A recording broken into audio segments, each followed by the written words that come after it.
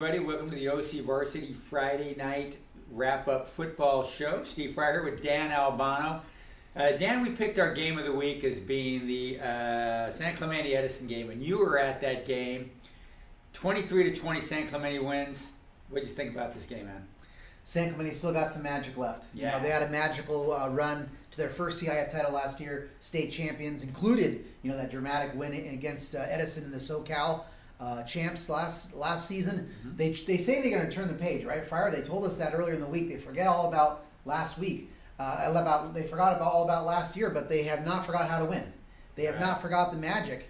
And Austin Whitsett was powerhouse running back. As he calls it, and the other people are calling it. San Clemente's QB is their QBU. Yeah, right. But Austin had 31 carries for 141 yards. San Clemente defense really was stout, and they're facing a good quarterback in Griffin O'Connor, who threw 2 touchdowns, including one late that made this thing close. But these teams battled, but San Clemente is finding a way. Coach Ortiz's team is winning. Leads to more winning, and there's a culture developing down there. And right now I would love to see them play some other teams in the Trina League. They're pretty good. Yeah, I would like to see them schedule up a little bit like that too. They played Oceanside, always good. So yeah, and they're playing Edison, so that's a good one too. Everybody thinks about San Clemente. Think about the quarterbacks: Chase Reddick, Wilson, Darnold, Jack Sears.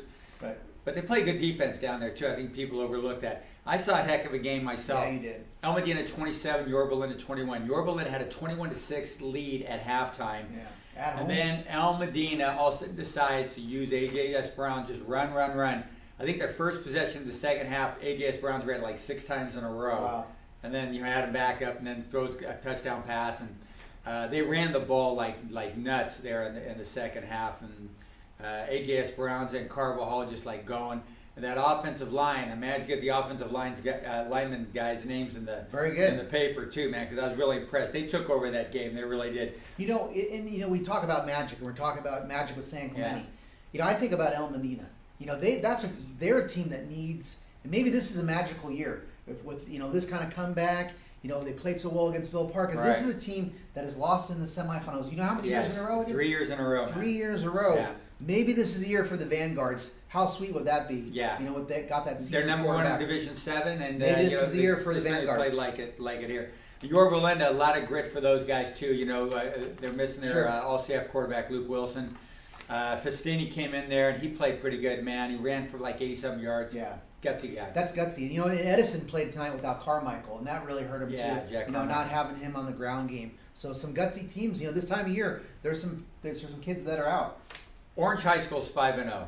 Yeah. Cyrus Collins had a great game. With a bullet. Yeah. 2 touchdown receptions. Ran for a touchdown as well. 103 rushing yards, 82 receiving yards. Orange beat Godinez tonight, 45-14.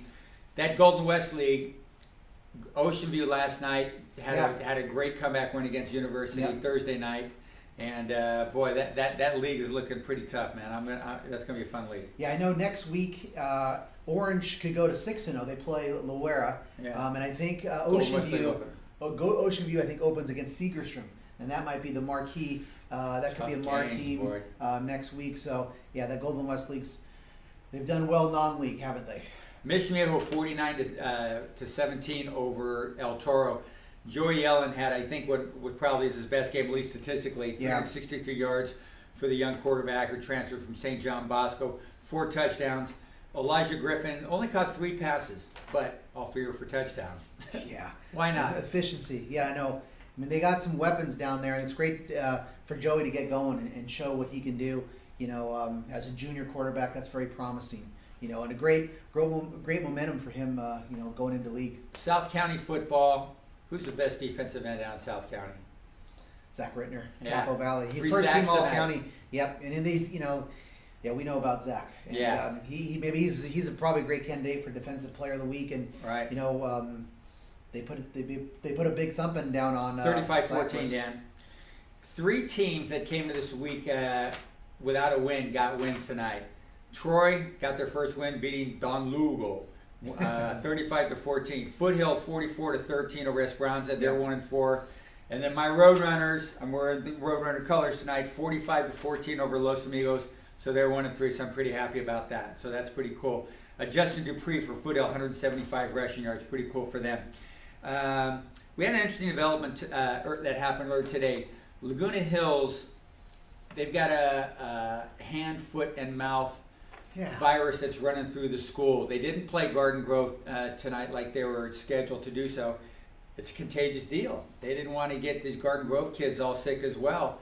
And they don't know, and you know, you can have the illness, not be showing the signs of it, and still be contagious, somebody else can get it. I think he's got about a half dozen or 9 guys. I was wondering about how many guys there were. Yeah, and it's probably going to be more, Dan. I mean, that's a tough one. Yeah, never remember a story like this. Yeah. You know, canceling the game, and you know, of course, the health is number one for all the kids, and we certainly hope that they get better. But you know, the consequences are tough. We know where you can't make this game up. Nope. You know, and there's that's one tough thing with football. So hopefully they'll be okay. Right. And looking back, just want to mention one thing. One of the great games of the year, maybe the game of the year, Tesoro 48 to 44 over Los Al. My golly, Chase Peterson just had a heck of a day. I saw him early in the season. Fantastic running and throwing guy. Yeah. Great win for the Tesoro Titans. Baby, they needed that one.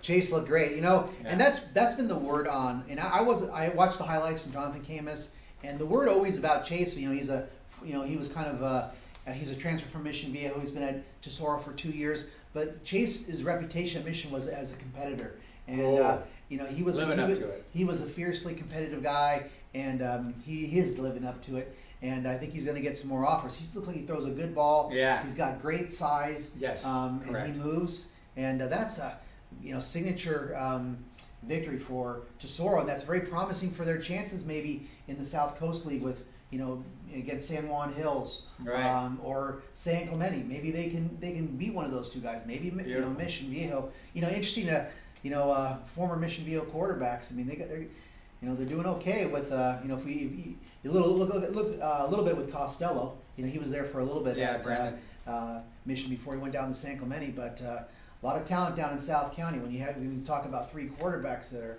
kind of associated with Mission Viejo. Yeah, some people moved along, and we got to move along too because it's time for us to get moving here. Hey, thanks for joining us here again at OCVarsity. We're having a lot of fun. It's been a great season halfway through. We got league coming up and a bunch of leagues coming up next week, so we're pretty excited about it. Thanks again for visiting us.